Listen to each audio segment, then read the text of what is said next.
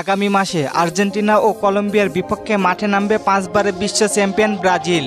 বিশ্বকাপ বাছাই পর্বের ম্যাচে 5 প্লেয়ার হবে দুই দলের ভয়ঙ্কর। এই 5 প্লেয়ার প্রতিপক্ষের ঘুম হারাম করে দিবে, জয় ছিনিয়ে আনবে। চলুন দেখে আসি কারা কারা সেই 5 জন।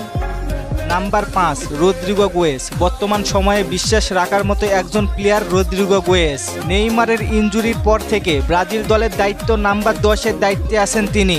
ভবিষ্যতে পরবর্তী নেইমার হতে পারেন রদ্রিগো গোয়েস। জাতীয় দলে বারবারই প্রমাণ করার চেষ্টা করেছে সে।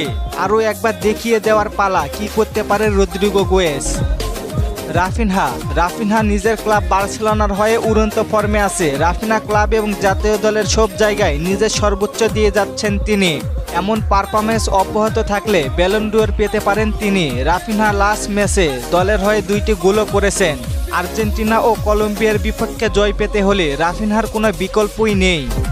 অ্যালিসন বেকার ইনজুরি থেকে দলের সঙ্গে যুক্ত হয়েছেন তিনি। বর্তমানে ফর্মে না থাকলেও জাতীয় দলে তার পারফরমেন্স ঠিক আগের মতোই রয়েছে। ব্রাজিলের বিশ্বস্ত গোলকিপার অ্যালিসন বেকার আর্জেন্টিনার বিপক্ষে গোলবারে সুরক্ষিত রাখতে অ্যালিসন বেকারের কোনো বিকল্প নেই।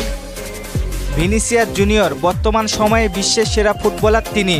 ফুটবল বিশ্বে প্রতিপক্ষের আতঙ্কের নাম ভিনিসিয়াস জুনিয়র। ভিনির পায়ের জাদুতে মুগ্ধ হয়েছেন ফুটবল বিশ্ব, কিন্তু হলুদ শিবিরে এখনও নিজেকে মেলে দিতে পারেননি তিনি।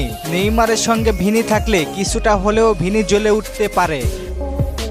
নেইমার জুনিয়র দীর্ঘ 1.5 বছর পরে আবারও ব্রাজিল দলে ফিরছেন নেইমার জুনিয়র। নিজের ক্লাব সান্তোসের হয়ে নিয়মিত গোল অ্যাসিস্ট পাচ্ছেন তিনি। অনেকে ভাবছিল নেইমার হয়তো ফুরিয়ে গিয়েছে, কিন্তু না, নেইমার আবারও প্রমাণ করেছে নিজেকে। সে ফুরে যায়নি এখনো। নেইমার রাজ করতে এসেছে ফুটবল বিশ্ব।